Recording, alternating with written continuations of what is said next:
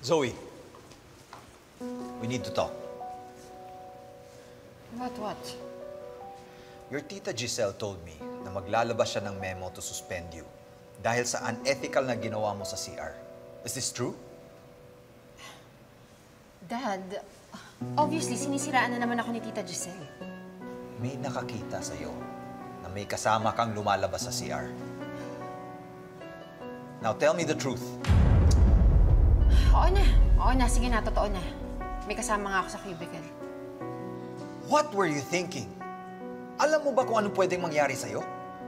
Hindi mo ba naisip kung anong repercussion sa ginawa mo? Eh, ikaw, Dad. Naisip mo ba yung naramdaman ko ng mga panahon na yun? Hindi.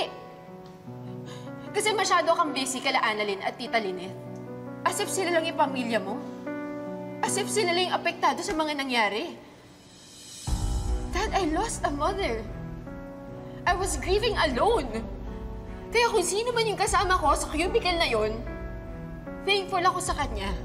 Kasi kahit papaano, he tried to comfort me. He was there for me, easing my pain. Eh, ikaw, nasan ka ng mga panahon na yun?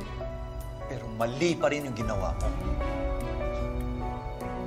Sinisira mo yung karir mo at reputasyon mo dahil lang doon.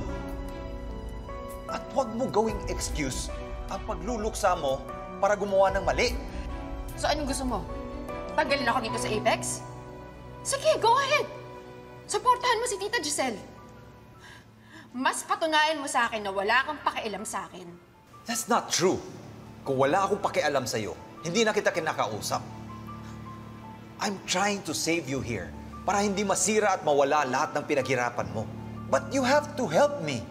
Kailangan mo to harapin ng maayos. Sino ba yung lalaking yun? Is he a doctor here? Is he your boyfriend?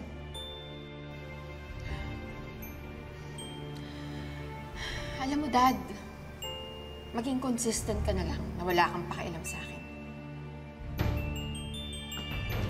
Zoe!